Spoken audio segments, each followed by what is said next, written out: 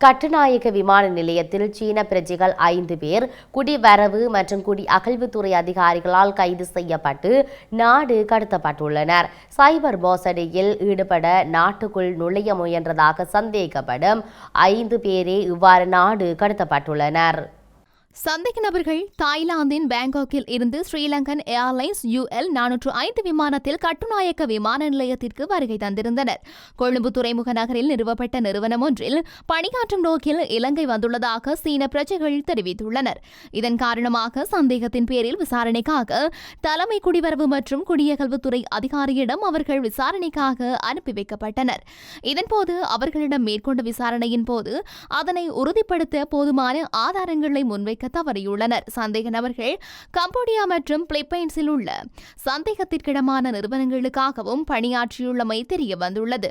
சைபர் குற்ற செயல்களுடன் தொடர்புடையவர்கள் என்று அடையாளம் காணப்பட்ட நிலையில் அவர்களை விமான நிலையத்திலிருந்து நாடு கடத்த அதிகாரிகள் உத்தரவு பிறப்பித்துள்ளனர்.